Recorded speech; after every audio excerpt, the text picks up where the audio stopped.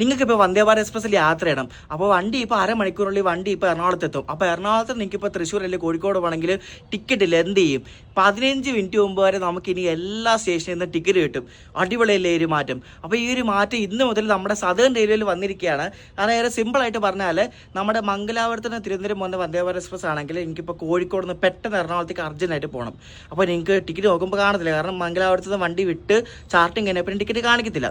അപ്പോൾ കോഴിക്കോട് എത്തുന്നതിന് 15 മിനിറ്റ് മുമ്പ് വരെ നിങ്ങൾക്ക് ഈ IRCTC ആപ്പ് അല്ലെങ്കിൽ റെയിൽ വൺ ആപ്പിൽ കൂടെ നോക്കിയാൽ നിങ്ങൾക്ക് കറണ്ട് ബുക്കിംഗ് കാണിക്കും. ഞാനിപ്പോൾ ചുമ്മാ വൈകിട്ട് തൃശ്ശൂരിൽ നിന്ന് കോഴിക്കോട് നോക്കിയപ്പോൾ എക്സിക്യൂട്ടീവ് ക്ലാസ് ടിക്കറ്റ് കണ്ടു.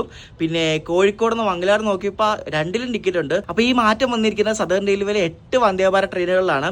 അതിൽ ഒരെണ്ണം നമ്മുടെ മംഗലാപുരം തിരുവനന്തപുരം മംഗലാപുരം വന്ദേ ഭാരത് എക്സ്പ്രസ്സിലാണ്. അങ്ങോട്ടും ഇങ്ങോട്ടും പോകുന്ന വണ്ടികളിൽ ഈ മാറ്റം കൊണ്ട് അപ്പോൾ ഇത് നമുക്കിനി ടിക്കറ്റ് കിട്ടാൻ ഒരു ബുദ്ധിമുട്ടില്ല. കാരണം നമ്മൾ പെട്ടെന്ന് ഒരു പ്ലാൻ ചെയ്തിപ്പോൾ എവിടെയെങ്കിലും എനിക്കിപ്പോൾ ട്രിവാൻഡ്രത്ത് പോകണമെങ്കിൽ അല്ലെങ്കിൽ കോഴിക്കോട് പോകണമെങ്കിൽ 15 മിനിറ്റ് മുമ്പ് വരെ നിങ്ങൾക്ക് വണ്ടി വിടുന്നതിന് 15 മിനിറ്റ്സ് മുമ്പ് വരെയൊക്കെ ടിക്കറ്റ് നോക്കിയാൽ ഷുവറായിട്ട് കിട്ടും. അപ്പോൾ ഈ ഒരു മാറ്റം ശരിക്കും അടിപൊളിയാണ്.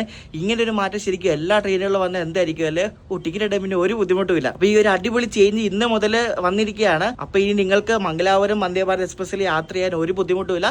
സിമ്പിളായിട്ട് ടിക്കറ്റ് കിട്ടും. റെയിൽ വൺ ആപ്പിൽ അല്ലെങ്കിൽ IRCTC റെയിൽ കണക്ട് ആപ്പിൽ നോക്കിയാൽ മതി.